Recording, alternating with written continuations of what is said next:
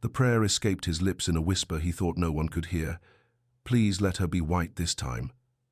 But fate had other plans, and the stunning black woman approaching his table had heard every devastating word. What started as a man's cowardly wish would become the beginning of a love story that would tear families apart, force buried prejudices into the light, and test whether two hearts could survive the weight of a world determined to keep them separated. When his parents' polite dinner conversation turned into a minefield of veiled racism, he faced an impossible choice: defend the woman he was falling for, or protect the family peace he'd spent a lifetime preserving. One moment of silence would shatter everything, but sometimes the greatest love stories are born from the ashes of our worst mistakes. The question isn't whether love can conquer all, it's whether a man can conquer himself before it's too late. If you're watching this incredible journey of love, growth, and second chances, hit that subscribe button and tell me what city you're watching from. The rain hadn't started yet when Ethan Grant pushed through the glass door of Rosemary's Bistro. He was 15 minutes early, which meant 15 more minutes to worry about everything that could go wrong tonight. Mark Ellis had set him up on this blind date 3 weeks ago. "Trust me, man," Mark had said, grinning that easy smile that usually meant trouble. "She's perfect for you. Smart, funny, works with seniors, like you do with your renovation clients. You'll love her." But Ethan didn't want to love anyone right now. Love meant complications. Love meant meeting families who might not understand. Love meant having hard conversations he'd spent 32 years learning to avoid. He checked his phone, still 14 minutes early. The hostess, a young woman with bright pink hair, smiled at him. "Table for two? Actually, I'm meeting someone. Grant, party of two? Right this way." She led him to a small table near the back window. Perfect. Quiet enough to talk, but not so hidden that it felt like he was ashamed to be seen.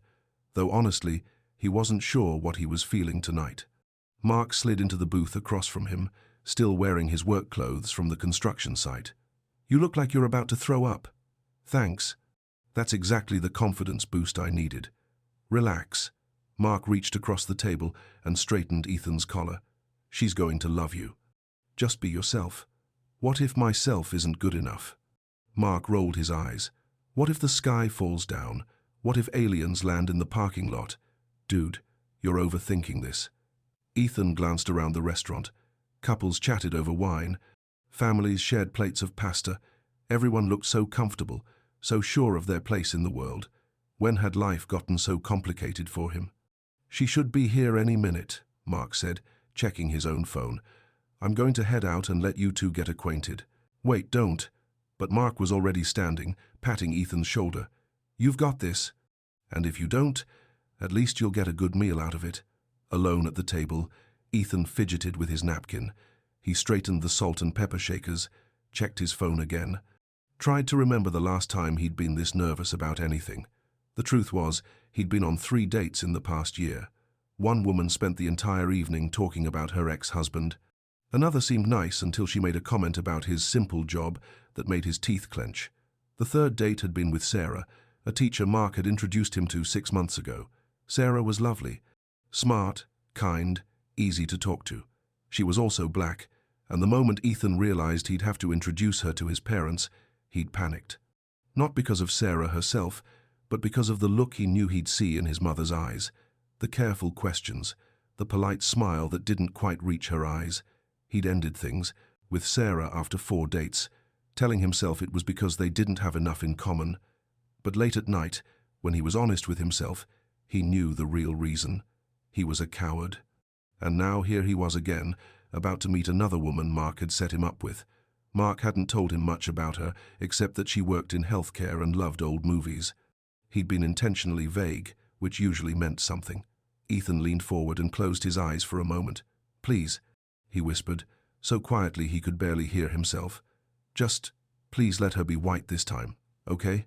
I'm tired of complicated." "Excuse me?" The voice came from right beside his table. Ethan's eyes flew open, and he looked up to see the hostess standing there with a woman he'd never seen before. She was beautiful. Stunning, actually. Her dark skin seemed to glow in the soft restaurant lighting. She wore a simple blue dress that brought out her warm brown eyes. Her hair was pulled back in a way that showed off her graceful neck, and from the expression on her face, she'd heard every word of his whispered prayer. "Ayana?" The hostess looked between them. "This is your table." The woman Ayana stood perfectly still for a moment. Her eyes met Ethan's, and he saw hurt flash across her features before she covered it with a polite smile. "Thank you," she said to the hostess, her voice steady and calm. Ethan scrambled to his feet, his face burning with embarrassment. Hi, you must be." "I'm Ethan," I figured. She slid into the seat across from him, her movements careful and controlled. "And yes, I'm Ayana." The hostess disappeared, leaving them alone at the table with the weight of his terrible words hanging in the air between them. Ethan sat back down heavily. "I need to apologize." "Do you?" Ayana folded her hands on the table, her voice still perfectly calm. "For what, exactly?" He opened his mouth, then closed it. She was going to make him say it out loud. "For what you heard when you walked up." "Which was?" He swallowed hard. "I said something I shouldn't have said." "Specifically?" The server appeared beside their table, cheerfully oblivious to the tension. "Good evening. Can I start you folks off with something to drink?" "Water, please," Ayana said without taking her eyes off Ethan. "Same," he managed. "I'll give you a few minutes to look over the menu," the server said, and hurried away. When they were alone again, Ayana leaned forward slightly. "So, please let her be white." "Is that a usual pre-date prayer, or was tonight special?" Ethan felt like he was drowning. Yes, I said that. And I'm sorry." "Are you sorry you said it, or sorry I heard it?" The question hit him like a punch to the chest. "Both," he admitted. For the first time since she'd sat down, something shifted in her expression. Not forgiveness, exactly, but maybe curiosity. "Why?" she asked. "Why am I sorry? Why did you pray for me to be white?" Ethan looked down at his hands. How could he explain without sounding even worse? Because it would be easier." "Easier how?" "My family." He stopped, shook his head. "No, that's not fair to them. It's me I'm afraid of. Complicated. And I'm complicated." It wasn't a question, and he could hear the pain underneath her steady voice. "No," he said quickly. "You're not complicated. The situation would be the looks, the comments, the questions. My mother asking if I've thought this through. My co-workers making jokes, strangers staring when we hold hands." Ayana was quiet for a long moment. When she spoke, her voice was softer but no less serious. "I dated someone like you in college." "Like me?" "A white guy who thought I was beautiful and funny and smart, who took me on wonderful dates and told me he cared about me, but who never introduced me to his friends, who found excuses not to bring me to family gatherings, who made me feel like a secret." Ethan's stomach twisted. "Ayana. When I finally met his parents by accident at a restaurant, his mother looked at me like I was a stray dog he'd brought home. And you know what he did?" "What?" "Nothing. He sat there while she asked me where I was really from and whether I'd ever considered dating within my own race. He didn't say a word." The server returned with their waters. "Ready to order?" "Actually," Ayana said, still looking at Ethan, "I think I'll just have a drink. Something strong." "I'll have a beer," Ethan said. "Whatever you have on tap." When they were alone again, Ayana continued. "After dinner, when I asked him why he didn't defend me, you know what he said?" Ethan shook his head.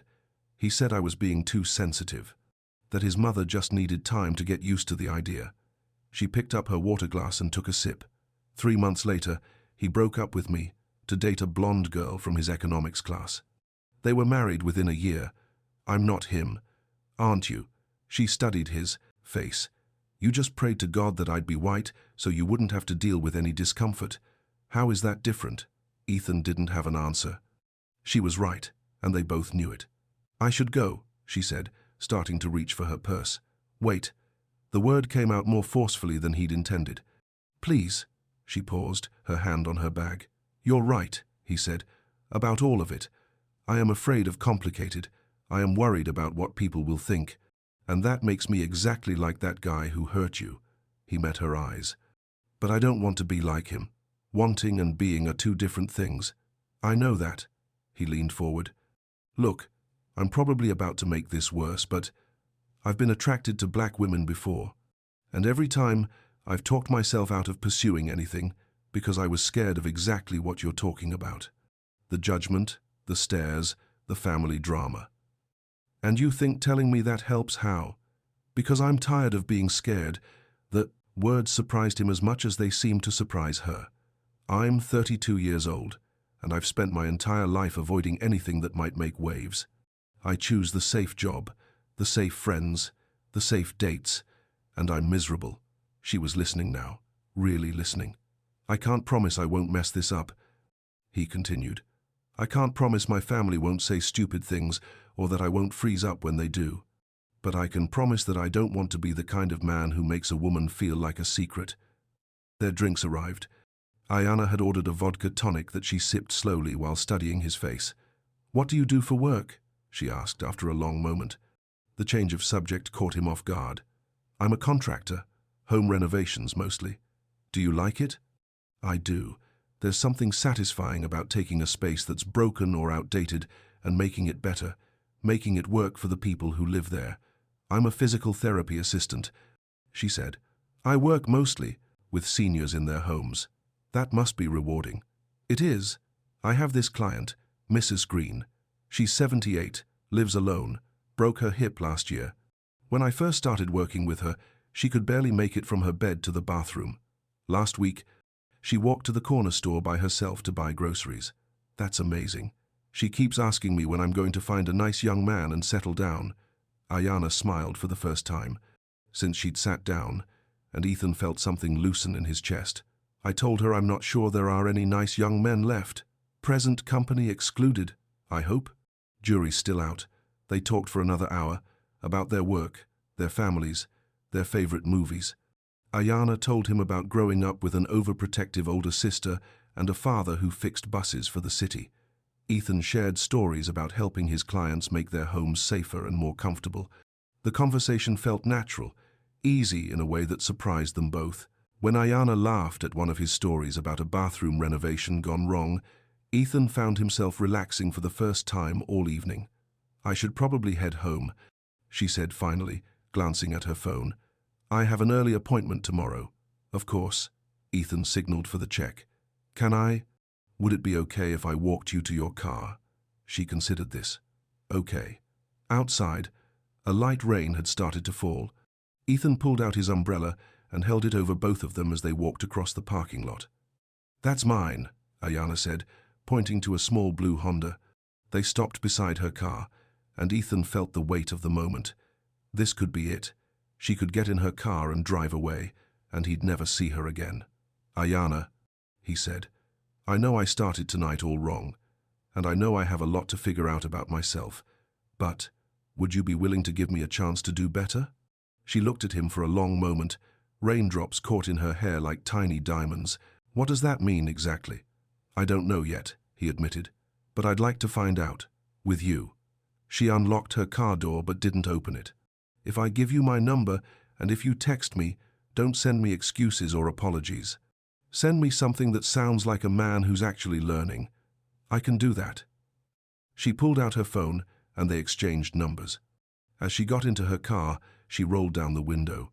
Ethan? Yeah? I meant what I said. I won't be anyone's secret. I won't be someone's experiment. And I won't teach a grown man how to stand up for what's right. I understand. I hope you do.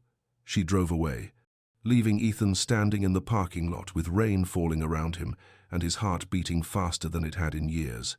Back in his apartment an hour later, he sat at his kitchen table staring at his phone. He'd typed and deleted a dozen different messages. Thank you for tonight. Delete. I'm sorry about how things started. Delete. I hope I can prove I'm different. Delete. Finally, he typed, thank you for staying tonight when you had every right to leave. If you're ever willing to have coffee, I'd like to earn a second chance. He hit send before he could change his mind. 3 hours later, just as he was getting ready for bed, his phone buzzed. Coffee Tuesday, 5 p.m. at Common Ground Cafe. Nothing fancy. Ethan stared at the message for a full minute before typing back, I'll be there. He set his phone aside and lay back against his pillows, a smile tugging at the corners of his mouth. He had no idea what he was doing or how this would work out, but for the first time in years, he was excited to find out. Outside his window, the rain had stopped, and the city lights twinkled like stars against the dark sky. Tomorrow, he'd start figuring out how to be the kind of man who deserved a second chance. Tonight, though, he just let himself hope. Tuesday came faster than Ethan expected. He spent Monday second-guessing everything: what to wear, what to say, whether showing up early made him look eager or desperate. By Tuesday afternoon, he'd changed clothes 3 times and arrived at Common Ground Cafe 15 minutes early anyway. The cafe was exactly the kind of place he'd expected Ayana to choose: warm, welcoming, with mismatched furniture and local art on the walls. Not fancy, but comfortable. He ordered a coffee and found a table by the window where he could watch for her car. She arrived exactly at 5, parking across the street and taking a moment to check her reflection in her side mirror. She wore jeans and a soft green sweater that made her skin glow. When she pushed through the cafe door, she spotted him immediately and walked over with the same careful composure she'd shown at the restaurant. "You're early," she said, hanging her purse on the back of her chair. "Old habit. My dad always said showing up on time means you're already late. Sounds like a smart man." She glanced toward the counter. "I'm going to get something to drink. Want anything?" "I'm good, thanks." He watched her order a chai latte with oat milk and noticed how she smiled at the barista, asked about his day, left a generous tip. Small things, but they told him something about who she was. When she returned to the table, she sat back in her chair and studied him openly. "So, how was your weekend?" "Quiet. Worked on a kitchen renovation for a client, watched some baseball, thought about Friday night more than I probably should have." "What did you think about?" The directness of her question caught him off guard, but he appreciated it. No games, no dancing around the subject. How badly I messed up, how much I don't know about myself, how I've spent so long avoiding difficult conversations that I don't even know how to have them anymore. She sipped her chai, considering his words. "Tell me about your family." "My parents live about 20 minutes from here. My dad's a retired accountant. My mom taught elementary school until a few years ago. I have a younger sister, Kelly, who just moved up to a lake town about 2 hours north. She's a nurse. Are you close with them?" Ethan thought about how to answer that. "I love them, but we've never talked about anything really important. Politics, religion, relationships, we just keep everything surface level. It's easier that way." "Easier for who?" "For everyone," I thought.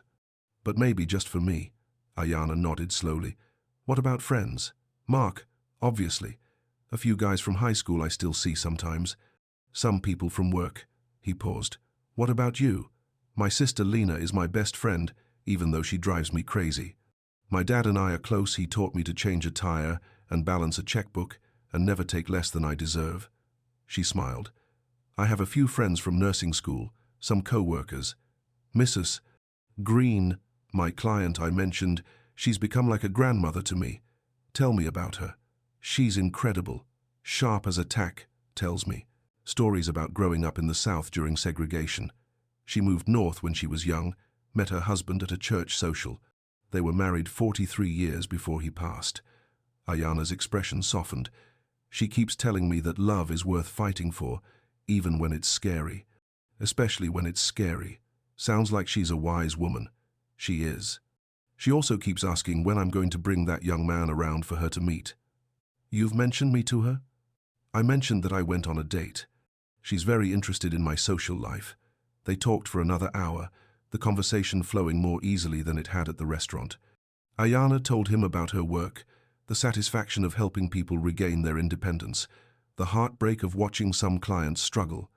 Ethan shared stories about his renovation projects, the elderly couple whose bathroom he'd made wheelchair accessible, the single mother whose kitchen he'd redesigned to work better for her busy life. "Why that kind of work?" Ayana asked. "You could probably make more money doing new construction." "I like fixing things that are broken," he said simply, "making them work better for the people who use them. There's something hopeful about it. That's a good way to look at it." As the cafe began to empty out, Ayana glanced at her phone. "I should probably head home soon. Early day tomorrow." "Of course." Ethan hesitated. "Can I ask you something?" "Shoot. What made you decide to give me a second chance?"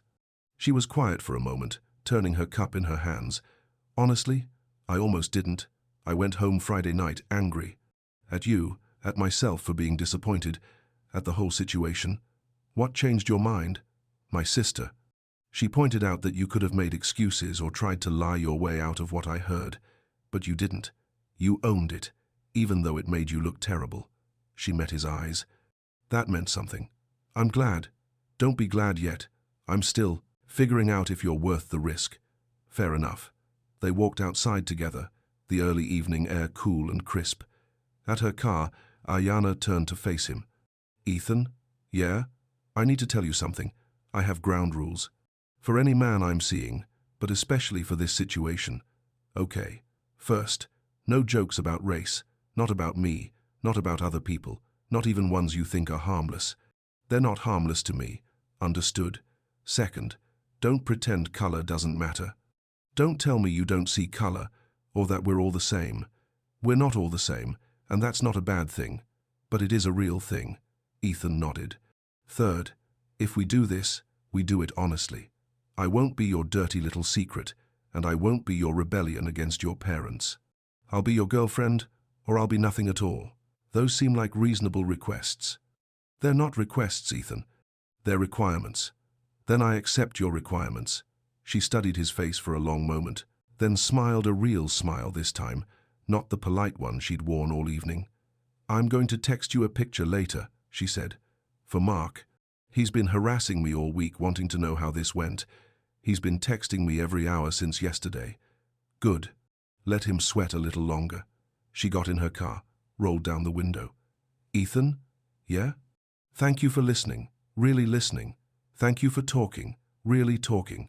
She drove away, and Ethan found himself smiling as he walked to his own car.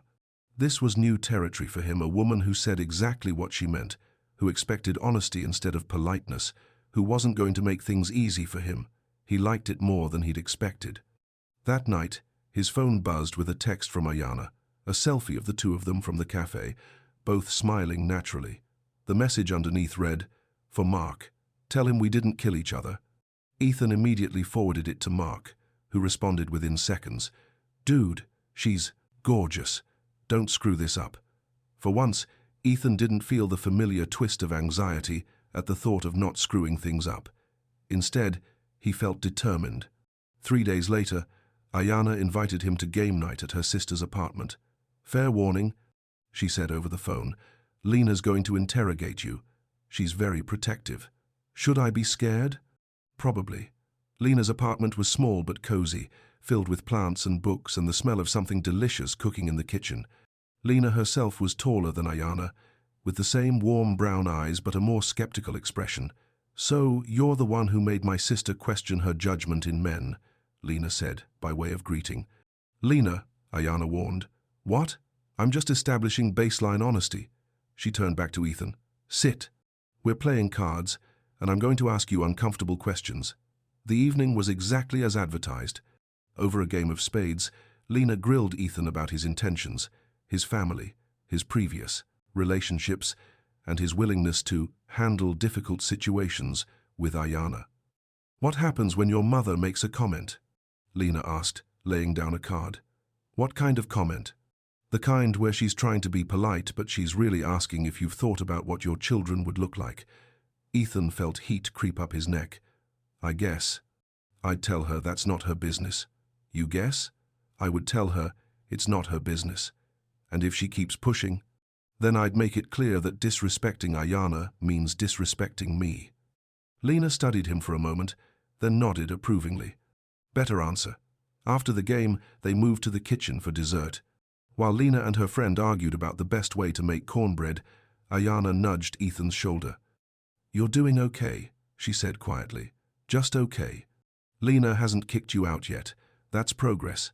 Later that night, as they left Lena's apartment, Ethan walked Ayana to her car. The street was quiet, lit by warm yellow streetlights that cast everything in a soft glow.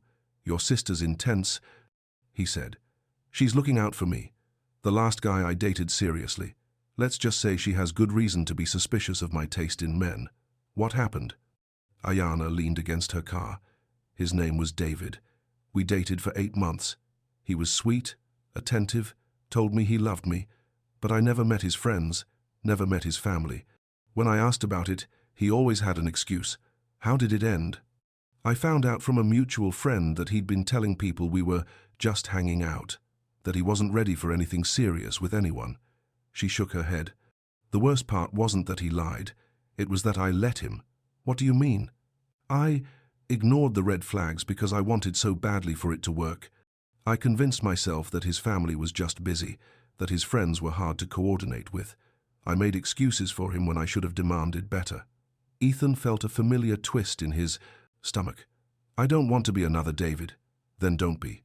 It's not that simple, isn't it? She turned to face him fully. Either you're proud to be with me, or you're not. Either you stand up for me when it matters, or you don't. The choice is really that basic. They looked at each other in the soft light, the weight of her words settling between them. I want to be proud to be with you, he said finally. Wanting and doing are different things. I know, but I'm trying to figure out how to get from one to the other. She reached out and touched his arm briefly. Figure it out fast, Ethan. I don't have patience for a long learning curve. That weekend, Ethan helped his sister Kelly move the last of her things to her new place near the lake. The house was small but charming, with a view of the water from the living room window. I love it already, Kelly said, unpacking books onto a shelf. It's going to be perfect for starting over. Starting over from what? From Brad, obviously. She glanced at him. I never told you this, but he asked me to marry him right before I broke up with him. Ethan stopped folding clothes. What? Why didn't you tell me? Because you would have asked if I was sure, and I would have second-guessed myself, and I was already sure. She sat down on the couch. He was a good guy, Ethan, but he was safe in all the wrong ways. What does that mean? He never challenged me, never pushed me to grow, or try new things, or be better. We would have had a perfectly pleasant, perfectly boring life together. She looked out at the lake. I want more than that. More like what? More like what Mom and Dad never had. They love each other, but they've never really talked about anything that matters. They've been married 35 years, and I don't think Dad knows Mom's afraid of flying or that she wanted to travel when they were younger. They don't fight, but they don't really connect either. Ethan thought about his parents, about the polite conversations over Sunday dinners, the way they navigated around any topic that might cause conflict. Is that what I do? He asked. Avoid the hard stuff? Honestly? Yes, but I think you're starting to figure that out. What makes you say that? Kelly grinned. Mark told me about your mystery date. Said you actually seem interested in someone for once. It's complicated. Good. Complicated means real. That night, after helping Kelly set up her bed and organize her kitchen, Ethan sat on her porch overlooking the lake. The water was calm, reflecting the last light of the sunset like a mirror. He pulled out his phone and scrolled through his messages with Ayana. They'd been texting throughout the week, nothing deep, just daily check-ins, funny stories from work, pictures of particularly awful renovation disasters.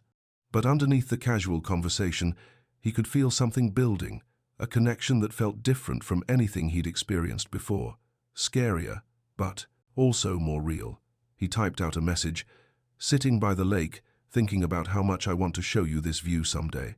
Her response came back quickly. Is this you asking me on a weekend trip? Maybe. Too soon? Probably. Ask me again in a few weeks. Deal. He put his phone away and leaned back in the chair.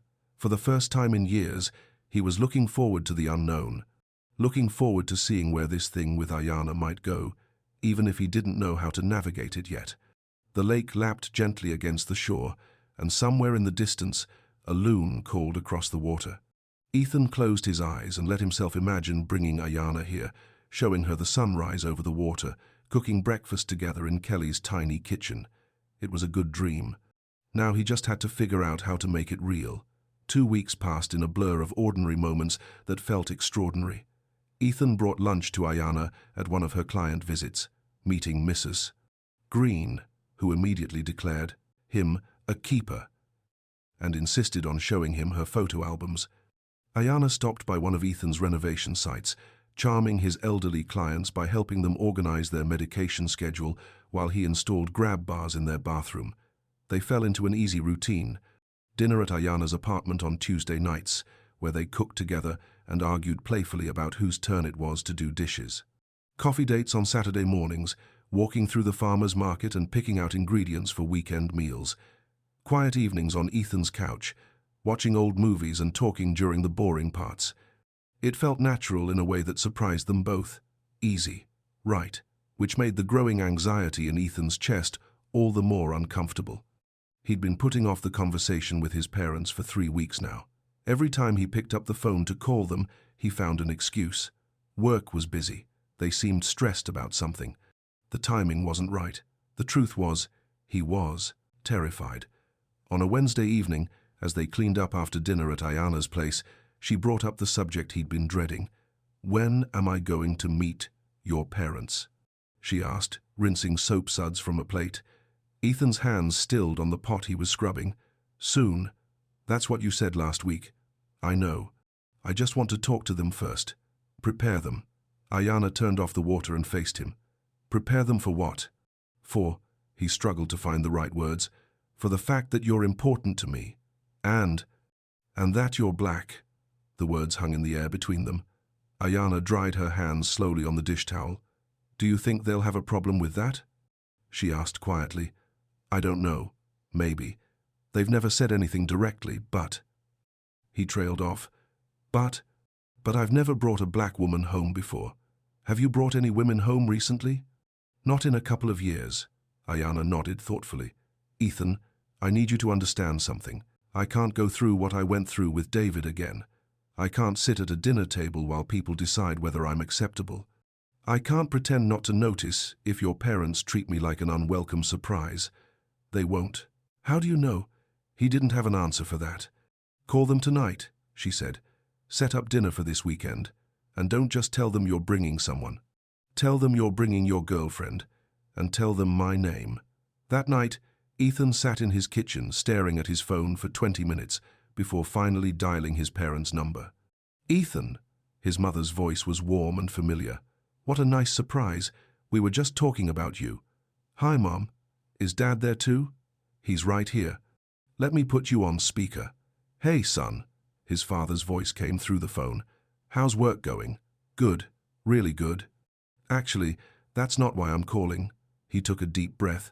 "I wanted to ask if you'd like to have dinner this weekend. There's someone I'd like you to meet." A pause. "Someone?" "My girlfriend, Ayana. We've been seeing each other for a while now, and she's really important to me." Another pause, longer this time. "Well, of course," his mother said, her voice carefully bright. "We'd love to meet her." "What's she like?" "She's incredible. She's a physical therapy assistant, works with seniors. She's smart and funny and kind. You'll really like her." "That sounds wonderful, honey. Saturday night? That would be perfect. Should we do anything special? Cook anything particular?" Ethan hesitated. This was the moment. "Just whatever you normally make is fine. Ayana's not picky." "Ayana," his father repeated. "That's an unusual name." "It's beautiful," Ethan said firmly. "Just like she is." After they hung up, Ethan texted Ayana, "Saturday at 6. They're excited to meet you." Her response came back quickly. "Good. I'm excited to meet them too." But as Saturday approached, Ethan's anxiety grew. Small comments from his parents over the years came back to him. His mother's concern about changing neighborhoods when black families moved in down the street. His father's complaints about political correctness when discussing his workplace diversity training. They weren't bad people. They weren't actively racist. But they were comfortable in their white, middle-class bubble, and Ethan wasn't sure how they'd react to having that bubble challenged. Saturday evening arrived grey and drizzly. Ethan picked Ayana up at her apartment, noting how carefully she'd dressed a simple black dress with a cardigan, conservative jewelry, her hair pulled back in a neat bun. "You look beautiful," he said as she got in the car. "I look safe," she corrected. "There's a difference." The drive to his parents' house was quiet. Ethan kept glancing over at Ayana, who stared out the passenger window with an unreadable expression. "They're going to love you," he said as they pulled into the driveway. "We'll see." His parents' house was exactly what Ayana had expected, a neat colonial in a well-maintained suburb with a perfectly manicured lawn and seasonal decorations on the front porch. The kind of house that said, Comfortable middle class, and no surprises, please. Carol Grant opened the door before they could knock, her smile wide and welcoming. She was a small woman with graying hair and kind eyes that took in Ayana's appearance in one quick glance. "You must be Ayana," she said, extending her hand. "I'm Carol, Ethan's mom." "It's so nice to meet you, Mrs. Grant," Ayana replied, her voice warm but formal. "Please, call me Carol." Come in, come in. Bill's in the living room." Ethan's father appeared in the hallway, tall and thin with wire-rimmed glasses and a cautious smile. "Ayana, welcome to our home. Thank you for having me, Mr. Grant. Bill is fine." They moved into the living room, which was decorated in soft blues and creams, with family photos on every surface. Ayana noticed that all the faces in the photos were white. "Can I get you something to drink?" Carol asked. "Wine? Water? We have some nice white wine open. Water would be wonderful. Thank you." As Carol bustled off to the kitchen, Bill gestured toward the couch. "Please, sit. Tell me about yourself." "Ethan says you work in healthcare?"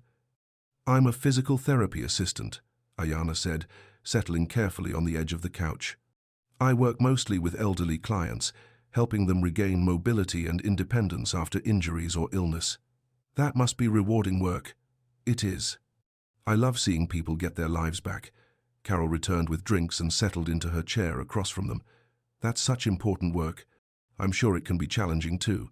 Sometimes, but the victories make it worth it." Over dinner, the conversation stayed carefully neutral. Ayana answered questions about her work, her education, her family. She was polite, articulate, and charming, everything Ethan had known she would be. But he could see the tension in her shoulders, the way she chose her words carefully, the forced smile that never quite reached her eyes. His parents were polite too, almost too polite. They asked appropriate questions and made appropriate responses, but Ethan could sense something underneath their careful courtesy. "So, Ayana," his mother said over dessert, "have you and Ethan talked about the future at all?" Ethan felt his stomach drop. "Mom, I'm just curious." Carol continued. "Different backgrounds can make things complicated sometimes. I imagine you've thought about the practical considerations." "What kind of practical considerations?" Ayana asked, her voice still pleasant but with a slight edge. "Well, you know, what people might think, how challenging the world can be for couples who come from different places." "Different places?"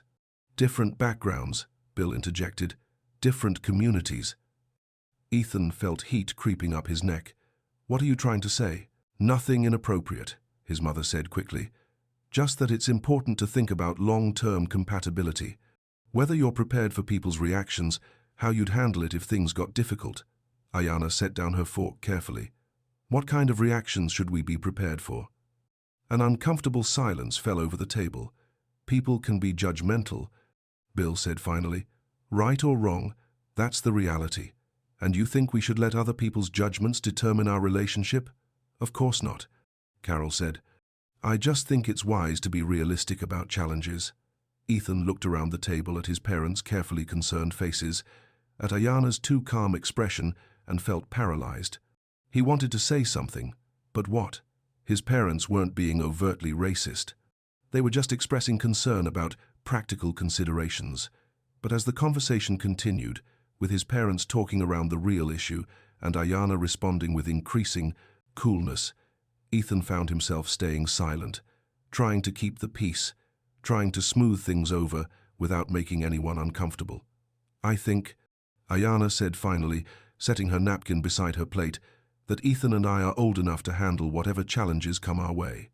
"Of course," Carol said quickly. "I didn't mean to imply otherwise. And I think," Ayana continued, standing up, "that I should probably get some fresh air." "Excuse me." She walked toward the front door, leaving Ethan sitting frozen at the table with his parents. "She seems nice," his mother said after a moment, her voice carefully neutral. "She is nice," Ethan said, finally finding his voice. "It's just," his father started. "It's just what?" "Son, we like her. We do. But are you sure you've thought this through? Really thought about what you're signing up for?" Ethan stared at his father. "What am I signing up for?" "A lifetime of explaining yourselves. of dealing with stares and comments, of your children not fitting neatly into either world. Our children, hypothetically, his mother said quickly. Ethan felt something crack open in his chest. I need to go check on her. He found Ayana standing by her car in the driveway, arms wrapped around herself against the cool evening air. Hey, he said softly. She turned to look at him, and he was shocked by the hurt in her eyes. I need to go home, she said. Ayana, they didn't mean… What? They didn't mean what exactly? They're just worried. About what? About you dating a black woman? About what the neighbors might think? They're old-fashioned, Ethan. She turned to face him fully. Do you hear yourself right now? What do you mean? You're making excuses for them. I'm trying to explain. No, you're trying to make their prejudice sound reasonable. You're trying to convince me that their concerns are valid, instead of telling them that their concerns are none of their business. Ethan felt defensive heat rise in his chest. They weren't trying to be hurtful. Intent doesn't matter. Impact does. She pulled her keys from her purse. I sat at that table while your parents questioned whether we should be together because of my race, and you said nothing. I was trying not to make things worse. For who? For them? What about making things worse for me? Ayana, please, let me drive you home. We can talk about this. We just did talk about it. In there. When I needed you to stand up for me, and you chose to keep the peace instead. She got in her car and rolled down the window. I told you I couldn't go through this again, Ethan. I told you I needed someone who would choose me when it was hard. I am choosing you. No, you're not. You're trying to choose everyone. You want me, and you want your parents' approval, and you want everything to be easy. But it's not going to be easy. And if you can't handle that, then we're done here. She started the car. Don't call me until you figure out what you actually want. Because I'm not going to keep waiting for you to grow a spine. Ethan stood in the driveway watching her taillights disappear into the darkness, his heart hammering in his chest. When he went back inside, his parents were cleaning up the dinner dishes with careful, quiet movements. Is everything okay? His mother asked. Ethan looked at them, these people who had raised him, who loved him, who thought they were protecting him, and felt something shift inside his chest. No, he said, everything is not okay. He left without another word, driving home through empty streets with the taste of failure bitter in his mouth. The next few days passed in a haze of regret and second-guessing. Ethan threw himself into work, ripping out old cabinets and installing new flooring with more force than necessary. Mark tried to get him to talk about what had happened, but Ethan just shook his head and kept working. On Wednesday, Mrs. Green called him directly. Young man, she said without preamble, what did you do to my Ayana? Mrs. Green. She came to see me yesterday and looked like her heart was broken. Since you're the only young man she's mentioned in months, I figure you must have done something stupid. Ethan sank into a chair. I did. You want to tell me about it? He found himself spilling the whole story, the dinner, his parents' comments, his own cowardly silence, Ayana's decision to end things. Mrs. Green listened without interrupting. When he finished, she was quiet for a long moment. That girl has been hurt before, she said finally, by a man who made her feel like she wasn't worth defending. You understand that? Yes, ma'am. So when you sat silent at that table, letting your parents question her worth, you broke something in her that was already fragile. I know. I know I messed up. The question is, what are you going to do about it? I don't know. She won't talk to me. Maybe she shouldn't. Maybe you need to do some work on yourself before you deserve her attention again. What kind of work? The kind where you decide who you want to be. The kind where you stop being afraid of disappointing people and start being afraid of disappointing yourself. That night, Ethan couldn't sleep. He kept replaying the dinner, hearing his parents' careful words, seeing Ayana's face as she realized he wasn't going to defend her. At 2 a.m, he got dressed and drove to his parents' house. They were surprised to see him standing on their doorstep in the middle of the night, but they let him in. We need to talk, he said. Ethan sat across from his parents in their living room, the same room where everything had fallen apart 3 days earlier. His father wore his old robe and slippers. His mother had thrown a cardigan over her nightgown. They both looked confused and worried. Ethan, what's wrong? Carol asked. It's 2 a.m. What's wrong is that I've spent 32 years being a coward, he said, And 3 days ago, I lost the best thing that ever happened to me because I was too scared to stand up to you." His parents exchanged glances. "Son," his father started. "No, let me talk." Ethan's voice was steady, calmer than he felt. "Saturday night, you questioned whether Ayana and I should be together because she's black. You talked about practical considerations and different backgrounds and what people might think, and I sat there and said nothing. We were just concerned," his mother began. "You were being racist." The word hung in the air like a slap. "That's not fair," Bill said, his voice rising. "We're not racist people. We just want what's best for you." "What's best for me according to who? According to you? According to the neighbors? According to people I don't even know?" Ethan stood up, pacing to the window and back. "Do you know what Ayana told me on our second date?" She said her ground rules. "No jokes about race. Don't pretend color. Doesn't matter. And don't make her feel like a secret. You made her feel like a problem to be solved. Like something I needed to be protected from." His voice cracked slightly. "She's the kindest, smartest, most caring person I've ever met. She helps elderly people regain their independence. She makes me want to be a better man. And you sat at that table questioning whether she's good enough for your son." Carol's eyes filled with tears. "Ethan, we love you. We just don't want you to get hurt." "Hurt by what? By loving someone who happens to be a different color than me?" "By other people's reactions," his father said. "By the way some people will treat you, the way they'll treat your children. So your solution is to only love people who won't challenge anyone's assumptions? To choose my relationships based on what makes strangers comfortable? We just think." "You think what?" Ethan's voice was getting louder now, years of swallowed words finally breaking free. "You think I should find a nice white girl who won't cause any trouble?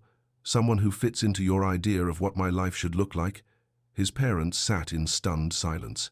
"I love her," Ethan continued, his voice quieter now but no less intense. "I love her laugh, and her stubbornness, and the way she takes care of people. I love how she challenges me to be honest, instead of polite. I love the way she looks at the world, and I love the way she makes me want to look at it too." "Ethan, I'm not finished." He sat back down, leaning forward. "I've spent my whole life avoiding conflict, trying to keep everyone happy. But you know what? I'm miserable. I'm 32 years old, and I've never fought for anything that mattered to me. I've never taken a risk that might disappoint someone else." He looked at his mother, then his father. 3 days ago, the woman I love walked out of this house because I wouldn't defend her. Because when it mattered, when she needed me to choose her over your comfort, I failed. And if I never see her again, it's because I was too worried about hurting your feelings to protect hers." Carol wiped her eyes with the back of her hand. "We didn't realize—" "Yes, you did. You knew exactly what you were doing. You were hoping I'd come to my senses and end things before they got too serious." His father shifted uncomfortably. "Son, we just want you to be happy. Then, support my choices. Support the woman I love, because she makes me happy in a way I didn't even know was possible." The room fell quiet. Outside, a car drove by, its headlights sweeping across the window. "What do you want from us?" his mother asked finally. "I want you to examine why you reacted the way you did. I want you to think about what you're really afraid of. And I want you to decide whether you're going to be part of my life or part of my problem." "That's not fair." "Life isn't fair, Mom. Ayana faces prejudice every day just for existing in her own skin. I face absolutely no consequences for being with her except for other people's stupid opinions. And if I can't handle that, then I don't deserve her." Bill leaned back in his chair. "What if we can't change how we feel?" Ethan met his father's eyes. "Then you'll see a lot less of me, because I'm not going to keep choosing your approval over my happiness. I'm done living my life trying to make everyone else comfortable." He stood up. "I'm going home. And tomorrow, I'm going to try to figure out how to earn back the trust of the woman I lost because I was too much of a coward to stand up for what's right." At the door, his mother caught his arm. "Ethan, wait." He turned back. We'll try to do better, to understand." Her voice was small, uncertain. "We love you. We don't want to lose you. Then prove it. Because right now, I need to go figure out if it's too late to fix what I broke." He drove home as the sun was beginning to rise, exhaustion pulling at his bones, but his mind clearer than it had been in days. Over the next week, Ethan threw himself into a different kind of work. He read articles about interracial relationships, about microaggressions, about the weight of being the only black person in white spaces. He thought about every interaction he'd witnessed between Ayanna and other people, seeing things he'd missed before. The way the hostess at restaurants sometimes looked surprised when they sat together. The way some of his co-workers had gone quiet when he mentioned dating someone. The careful way Ayanna had chosen her words when talking to his parents. The extra effort she'd put into her appearance. She'd been navigating a minefield that he hadn't even realized existed. Mark found him at a job site on Friday afternoon, installing new kitchen cabinets with grim determination. "Dude, you look terrible. Thanks. Have you called her?" "She told me not to." "And you're listening?" Ethan set down his drill. "She said not to call until I figured out what I actually want, so that's what I'm doing." "And what do you want?" "I want to be the kind of man who deserves her. I want to be someone she can trust to have her back, even when it's hard, especially when it's hard." Mark studied his face. "So what's your plan?" "I don't have one yet." That night, as Ethan sat at his kitchen table eating takeout and staring at his phone, Mrs. Green called again. "How's that work coming along?" she asked without preamble. Slowly. "Good. The important kind always does." "Mrs. Green, can I ask you something?" "Shoot. How did you know your husband was the right one?" She was quiet for a moment. "He was the first man who never asked me to be smaller than I was, who never made me feel like my opinions were too much or my dreams were too big. Who stood up to his own family when they questioned whether he should be with a girl from the wrong side of town. He did that? Honey, love ain't about finding someone who fits into your life without changing anything. It's about finding someone worth changing your life for. I think I understand that now. Understanding's just the first step. What you do next is what counts." 2 weeks after the disastrous dinner, Ethan made a decision. He drove to Lena's apartment on a Saturday afternoon, carrying a handwritten letter. Lena opened the door looking suspicious. "What do you want?" "I want to give this to Ayanna," he said, holding up the envelope. "But I know she doesn't want to see me right now. I was hoping you might deliver it for me." "What makes you think I'd do that?" "Because you love your sister, and you want her to be happy, and maybe this will help her decide whether I'm worth another chance." Lena crossed her arms. "What's in it?" "An apology, and an explanation, and a promise." "What kind of promise?" "The kind I should have made a long time ago." She studied his face for a long moment, then took the letter. "If this is more of your wishy-washy bullshit, I'm going to hunt you down." "It's not. Good, because that girl has been crying herself to sleep for 2 weeks, and if you're just playing games, I'm not playing games. I love her, Lena, and I'm going to spend however long it takes proving that to her." That evening, Lena found Ayanna on her couch, surrounded by tissues and watching sad movies. "You have mail," Lena said, holding out the envelope. Ayanna looked at her sister's handwriting on the front. "From Ethan? He asked me to give it to you. I told him if it was garbage, I'd hunt him down. And I don't think it's garbage." Ayanna took the letter, but didn't open it immediately. "What if it just makes things worse? Then you'll know for sure that you're better off without him. But what if it doesn't?" That night, alone in her apartment, Ayanna finally opened the envelope. The letter was 3 pages long, written in Ethan's careful handwriting. "Ayanna, I know you told me not to contact you, and I'm sorry for going around that by asking Lena to deliver this. But there are things I need to say, and I couldn't live with myself if I didn't at least try. You were right about everything. I was a coward at that dinner. I was a coward when I whispered that prayer on our first date. I've been a coward my entire life, choosing comfort over courage, politeness over honesty. When my parents questioned our relationship, I should have shut it down immediately. I should have made it clear that you are not up for debate, that their concerns about other people's opinions are not our problem, and that I am proud to be with you regardless of who approves. Instead, I sat there trying to keep everyone happy while you felt attacked and unsupported. I failed you in the most fundamental way possible. I've spent the last 2 weeks trying to understand why I reacted the way I did. Part of it was how I was raised in a family that avoids conflict at all costs.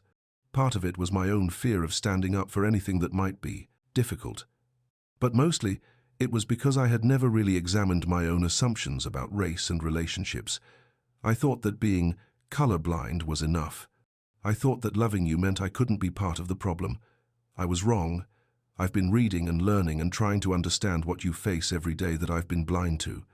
I'm starting to see how much extra work you do just to move through the world, how you code switch your voice, choose your clothes carefully, smile at people who don't deserve your kindness just to make them comfortable. I see now that when I failed to defend you at that dinner, I wasn't just being passive. I was actively choosing my parents' comfort over your dignity. I was making you carry the burden of their prejudice alone. I confronted my parents that night.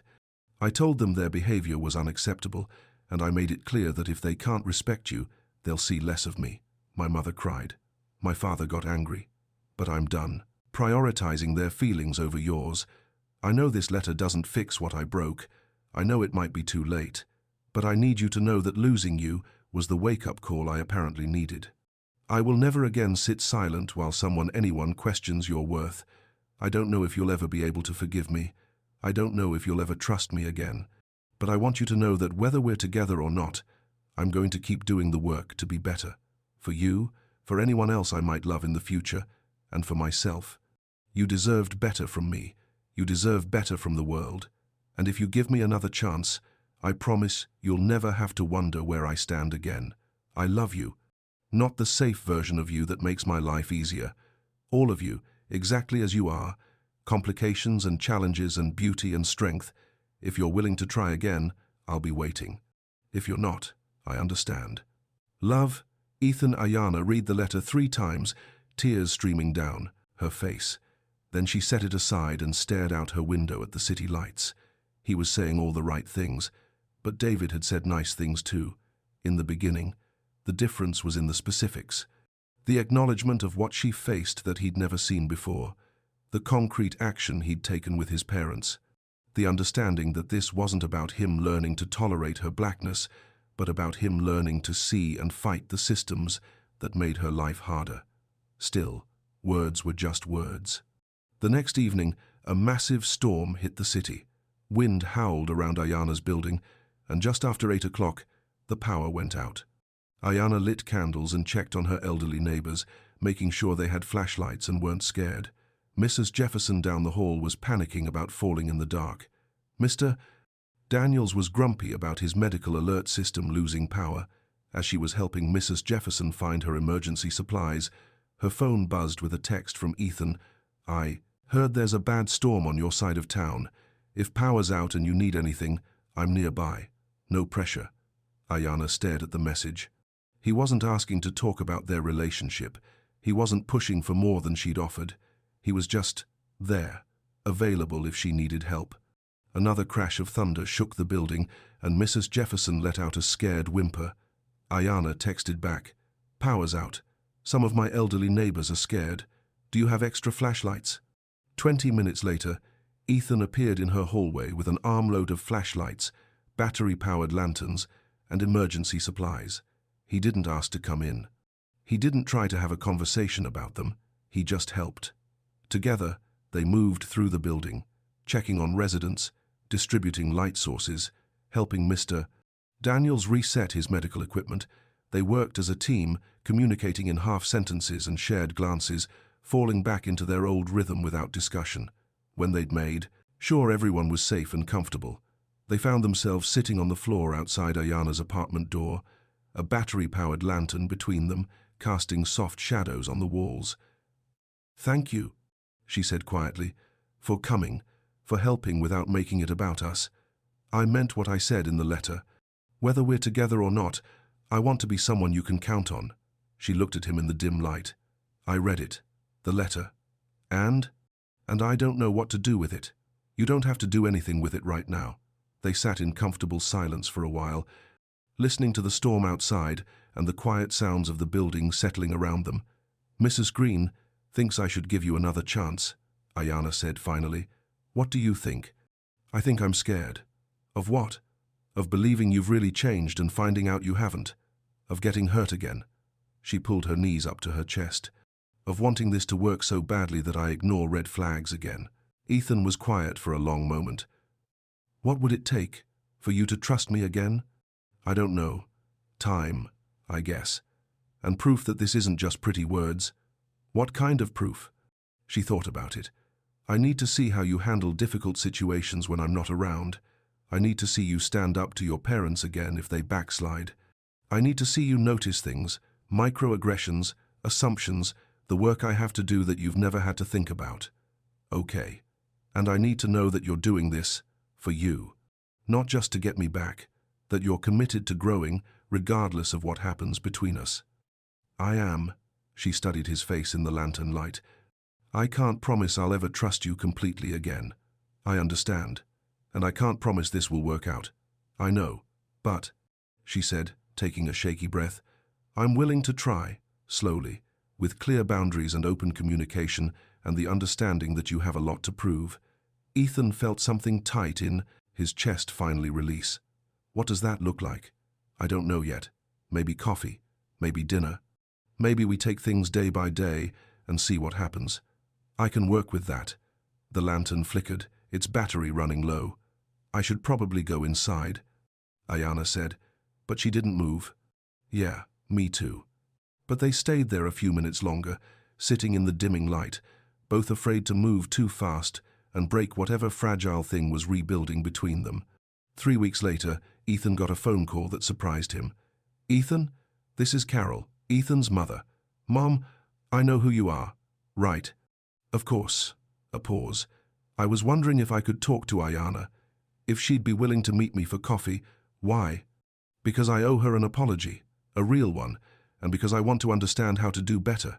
Ethan was quiet for so long that his mother thought the call had dropped. I'll ask her, he said finally, but it's up to her. Ayana agreed to meet Carol, but only at a public place and only for an hour. They met at Common Ground Cafe on a Tuesday afternoon when it was nearly empty. Carol looked nervous, twisting her wedding ring as she waited. When Ayana arrived, she stood up uncertainly. Thank you for coming, Carol said. I wasn't sure you would. I almost didn't. They ordered drinks and sat at a table by the window. For a few minutes, neither of them spoke. I owe you an apology, Carol said finally, for how I acted at dinner, for the things I said, for making you feel unwelcome in my home. Ayana waited. I've been doing some reading since then, some thinking, and I've realized that my concerns weren't really about you at all. They were about my own fear of change, my own discomfort with situations I don't understand. Go on. I was raised to believe that staying within your own community was safer, easier, and I passed that belief on to my son without ever questioning whether it was right. Carol's voice was shaky. When Ethan brought you home, you challenged that worldview just by existing, and instead of examining my assumptions, I tried to make you the problem. Ayana sipped her coffee, saying nothing. I want you to know that I think you're lovely, smart, kind, clearly devoted to helping people, and I can see how happy you make Ethan. Carol met her eyes. I was wrong to question your relationship. It wasn't my place, and my reasoning was rooted in prejudice I'm only now beginning to acknowledge. Okay, I know an apology doesn't fix everything. I know I have a lot of work to do to earn your trust, but I wanted you to know that I'm committed to doing that work. Ayana studied Carol's face. What kind of work? I've joined a discussion group at our church about racial reconciliation. I'm reading books Ethan recommended. I'm trying to notice my assumptions and challenge them. She paused. And I'm hoping you might be willing to give me another chance to show you who I want to be, rather than who I was that night. It wasn't perfect, but it was honest, and it was a start. I appreciate the apology, Ayana said, and I appreciate that you're doing the work. But rebuilding trust is going to take time. I understand, and I need to see consistent change, not just words. Of course. They talked for another half hour. Not about race or relationships, but about Carol's work with the church food bank, about Ayana's clients, about small, ordinary things that help them see each other as people rather than problems to solve. When they parted ways, Carol hesitated. I hope, she said carefully, that we'll have more opportunities to get to know each other. We'll see, Ayana replied. But her tone was softer than it had been at the beginning of their conversation. 2 months later, on the anniversary of their first disastrous blind date, Ethan made a reservation at Rosemary's Bistro. Same table, same time. He arrived early, just like before. But this time, when he sat down, he didn't whisper any prayers. This time, he waited with anticipation rather than dread. When Ayana walked in, he stood up proudly, openly happy to see her. She wore a blue dress that brought out her eyes, and she smiled a real smile when she saw him. "Fancy meeting you here," she said as she sat down. "I figured it was time to make some better memories in this place." They ordered the same meals they'd had that first night, laughing about how awkward they'd been, how far they'd come. "I have something for you," Ethan said after their main course arrived. He pulled out a small box, not a ring box, but something similar. Ayana's eyebrows rose. "It's not what you think," he said quickly. "Not yet, anyway." Inside the box was a simple silver necklace with a small pendant shaped like a compass. "I thought about what you said," he explained as she lifted it from the box. "About being someone's secret, about being hidden." He paused. "This is my promise that you'll never have to wonder where I stand. That, I'll always know which direction to go when it comes to choosing you." Ayana's eyes filled with tears as she fastened the necklace around her neck. "It's beautiful. Not as beautiful as you." After dinner, they walked slowly to their cars, hands intertwined, neither wanting the evening to end. "Ethan," Ayana said as they reached her car. "Yeah, I love you too." It was the first time she'd said it since that night they'd fallen asleep on his couch, the first time since everything had broken apart and been slowly rebuilt. "Yeah," he said, grinning like a teenager. "Yeah, not the version of you that says all the right things, the real you, the one who's doing the work, even when it's hard. The one who chose me over comfort." He kissed her then, soft and sweet under the streetlights, and she felt something settle in her chest that had been restless for months. 6 months later, at Kelly's lake house on a perfect summer evening, Ethan got down on one knee on the dock where they'd first really talked. The ring was simple, beautiful, chosen with careful attention to what Ayana loved rather than what would impress other people. "I can't promise you a life without difficult conversations," he said as she cried and laughed and said yes. "I can't promise that my family or the world will always get it right, but I can promise that you'll never face those difficulties alone. I can promise that I'll keep learning, keep growing, keep choosing you every single day." At their wedding a year later, Mrs. Green sat in the front row, dabbing her eyes with a handkerchief and telling anyone who would listen that she'd known they were perfect for each other from the very beginning. Carol Grant cried during the ceremony, not from sadness, but from joy at watching her son marry someone who had made him braver, kinder, more honest. She and Ayana weren't best friends yet, but they were family now, and that was a start. Thomas Brooks walked his daughter down the aisle with quiet pride, having watched Ethan prove over and over that he was worthy of Ayana's trust. And as they exchanged vows under a canopy of flowers, promising to love each other through whatever challenges came their way, Ayana thought about that first night at Rosemary's Bistro, about his whispered prayer and her decision to stay long enough to see who he really was. Sometimes the best love stories didn't start with perfection.